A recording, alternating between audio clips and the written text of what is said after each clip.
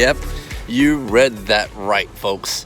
We are going to eat a pine tree today. A pine tree, y'all. Have you ever eaten pine bark before? Probably not. Most people haven't. That's okay. I don't mind. Before I get started, though, there's two things I want to get clear. Number one, I still have this horrible cough. I can't seem to shake it. I've been sick for some time now. So I'm going to be coughing a little bit on and off. In fact, still doing that. Number two, you need to do your research on the trees in your area. There are a lot of pine trees out there that are actually poisonous. They'll make you sick. Not really poisonous, but they'll make you sick. And you want to avoid those. Now, in my area here in Florida, we have a lot of pines. A lot. There are counties. Pinellas County is actually named because of the number of pine trees that hang over it. So there's a lot of pine trees in Florida. You wouldn't think, but there are.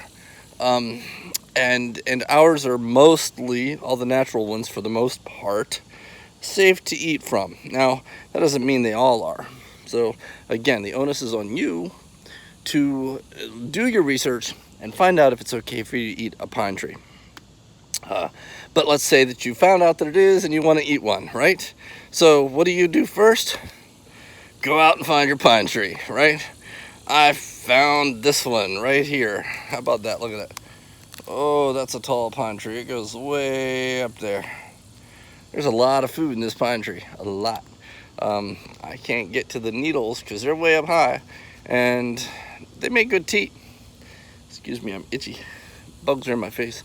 But I have already eaten from this one. In fact, I filmed most of this a couple days ago while my daughter was here with me. She lives with her mom, but she was here with me. And, well, guess what? I ate that part of the tree. That's it right there. That's what the pine tree looks like about 2 days after you've taken your chunk off of it. Yeah, it's starting to sap over. Now, I've got some video here that I'm going to roll in of a pine tree that I ate from probably, I don't know, 6-8 months ago. It was a long time ago. I've done this everywhere I've gone and with a lot of people. So yeah, if you've been around me enough, you've probably eaten from a pine tree and you have your own opinion on how that tastes. So without further ado, let's start rolling some of that footage and talking about eating pine trees. The first thing you need to start doing, you noticed that I only ate a chunk off of that tree. That's not just because it was just me. It's because that's all you want to take off of any given tree at any given time. You are wounding these trees by doing this. And if you wound the tree too much, you'll kill it. And you don't want to kill your pine trees. You want your pine trees to live a long time so that you can have lots of food in case of an emergency. And if you're in the woods, it's kind of the same thing. You want to keep the woods standing, right? Those trees are important to us. So never take more than you need. And this makes a decent amount of food. You could live, a few days on this particular amount of pine tree.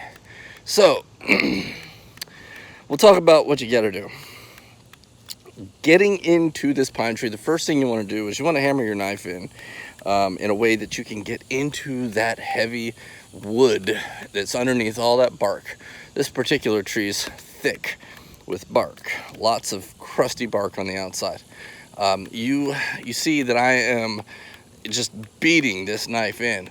It is a solid inch and a half from the outside of the bark to the pine tree itself. It's hard to see, but that's a pretty good chunk there, pretty deep into that tree. So you got to hammer through all that. You got to get your big old survivor knife and get through all that. Once you get through that, it's pretty much cake, man. This stuff peels off real easily. That light wood that's on the inside it separates from that white pulp that's on the backside of your bark, right? And that white pulp on the back of that bark, that's the tasty stuff. That's what you want to eat. So when it's all said and done, you should have that white wood showing, and there should be that pulp up underneath there. I think I'll roll in some footage of that too. So there you go. That's the part you want. So go through all the trouble of cutting this off. This is why you carry a survivor knife, folks. This is why. Big knives are good for camping, good for survival. They help you get through the wood. Once you get into that, you want to take that off. Now, you will see that I have my handy dandy little homemade camp stove deal set up. Look, I've said it before, I've done videos about it, I've talked about it in the past, and I use it all the time. This is my solution to a problem that I don't know the word I'm looking for, I guess the snobs, the camping snobs. This is a problem that they have all the time, and they just won't admit it, right? So, the really cool pocket rockets and all these other really awesome systems that they sell are unstable as hell. Everybody brags about how great their pocket rocket is because it really heats it up fast. But watching these people go around trying to set up their systems and having to set up 2 or 3 different ones to be able to cook at a given time. And in all of that, they get, 2/3 of the way through cooking their meal, and they dropped it. It rolled over and spilled everywhere, and they wasted food. Dude, when you're camping, you can't be wasting food, my friend. You can't. It is worth the extra weight to bring this rack that I have this setting on, and I'm not even going to say it's extra weight. This 1 pound container of propane that I can refill is not any heavier than 2 cartridges for your pocket rocket. And my little torch here, my little pencil torch, is probably about the same as a pocket rocket. Doesn't weigh much. I don't know exactly, but come on. This works better. It does for me. I don't know. You guys have your own thing and you do your own thing. I'm not saying you shouldn't. I'm just saying this works better for me. So, I also bring a little bit of oil. You'll notice I put some oil in my pan here and have it heating up, getting ready for when I get that delicious, pulpy tree bark. Yeah, it sounds weird, doesn't it? Off of the tree. Once I have that off there, I have my oil all set up. It's already hot. I splashed just a little bit of water in it just to make sure that it would sizzle off real fast, and it did, so it's ready to go. And then I just drop it in there. So here you go. Here's what we do. You cook that stuff in that hot oil, which you don't have to use oil. You don't have to bring your own oil. You can actually, if you're really surviving and you've killed some kind of an animal, like a hog or even chicken or a cow, I don't know, whatever, render some of that fat. Use that fat because the fat fries that flavor in there real nice. It actually kind of tastes better with a little bit of pig fat in there. If you're making bacon, do it in the bacon grease. Yeah, it's thin, it's not a lot of it, but it'll work. It will do the job. So you can actually add flavor by doing that. So anyway, moving on. I'm kind of slow today. Like I said, I'm still sick. I'm not feeling great. I'm trying to push through all of this. So yeah, you cook that until it starts to get a little brown. Now you'll notice that this idiot was doing other things. I had family over and all that, and my daughter, and I was spending more time with my daughter than I was cooking, even though she was helping out. And I got a little carried away.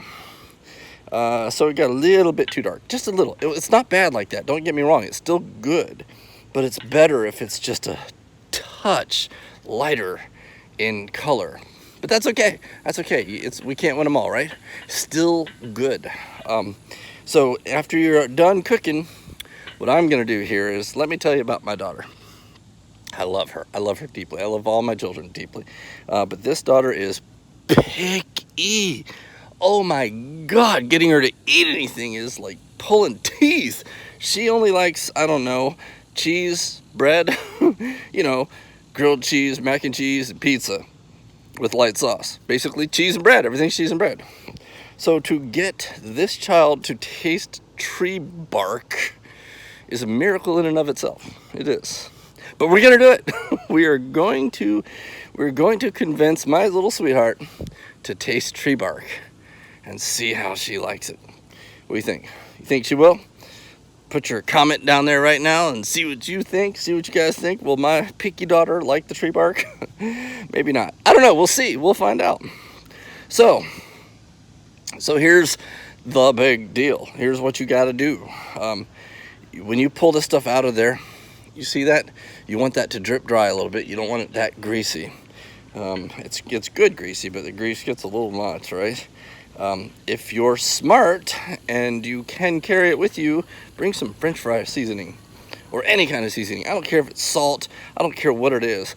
Any kind of seasoning, and throw it on there, and it turns, well, it's kind of like any other potato chip, right? You eat a potato chip raw, it's okay. Most people want to dip it in something or season it, or they want flavored potato chips. This is the same thing. These are good by themselves. They have a sweet, piney flavor. It's like eating potato chip while, I don't know, sniffing a pine tree. I don't know how else to describe it. It's a unique flavor. But anyway, so if you take some, like I'm using French fry seasoning, and put it all over it, get it good and covered with it, and serve it up. Serve it up with that French fry seasoning. So we're gonna try this. We're gonna let my daughter take her little bite. And what do you think of this? Oh, my camera died. Just as she smiled, just as she grinned. She likes it though. She liked it. She liked it so much that she actually asked me if she could take the rest home in a Ziploc bag for her mom and stepdad. So my picky kid, my picky daughter, would not leave it behind. She took it home with her. She enjoyed it. So there you go, folks. I hope you've enjoyed this little trip down Pine Bark Eating Alley. I'm out of my mind today, guys. You can tell, right? I'm not myself. But hey, am I ever myself? Look, thanks guys. Thank you so much for subscribing to my channel. It's great to have you. I have some really cool gun stuff in the works for you as soon as the weather breaks and it gets a little bit cooler. It's just too hot to camp. It's just too hot to hunt. It's just too hot to go shooting. So in the next few weeks, it's going to cool down and we're going to do some shooting. And we're going to do some hunting, do some camping. We're going to have some fun. All right, people? So pay attention. Just keep watching. Subscribe so you know when it's happening. I love you. I love you all so much. Thank you so much. You guys take care. Enjoy your pine tree. Enjoy that pine tree, folks.